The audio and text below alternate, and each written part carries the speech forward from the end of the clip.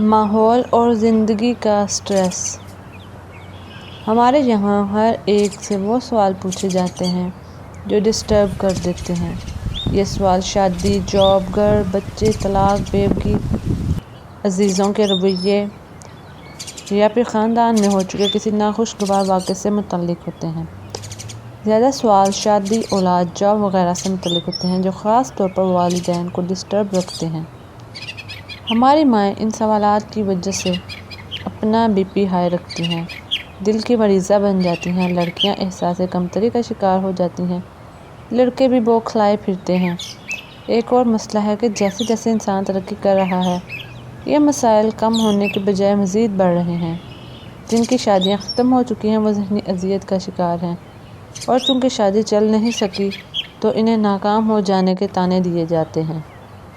انہیں یہ احساس دلا دیا جاتا ہے کہ وہ ناکام لوگ ہیں جو اپنی شادی کامیاب نہ کر سکے، بے شک وہ اپنی دوسری فیلڈ میں کامیاب ہی ہوں۔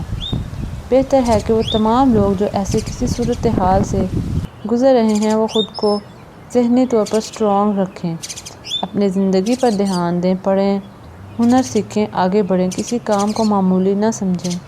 اچھی جاب نہیں ملتی تب بھی پرسکون رہیں، ورنہ جو کام ملتا ہے وہ کر لیں۔ کوئی بھی کام چھوٹا یا بڑا نہیں ہوتا، بلکہ چھوٹے کام بڑے تجربات سکھاتے ہیں۔ پروفٹ نہ دیکھا کریں، یہ دیکھا کریں کہ آپ کا ٹائم اچھی جگہ انویسٹ ہو رہا ہے۔ انسان کا دماغ مصروف رہنا چاہیے، ایسے انسان انتشار سے بچا رہتا ہے۔ معاشرے کے تلخ رویے سے خود کو تلخ نہ کریں، خود کو مصروف رکھیں۔ مصروف لوگ اپنی زندگی سنوار رہے ہوتے ہیں اور دوسروں کی زندگی پر زیادہ دھیان نہیں دیتے۔ زندگی کو انتظار بنائیں گے تو انتظار بن جائے گی، اس لیے اس زندگی کو تعمیر کرنے میں مصروف ہو جائیں۔ جو چیزیں طے ہیں وہ ہونی ہی چاہئیں، ان کے لیے کوشش ضرور کریں لیکن سٹریس نہ لیں۔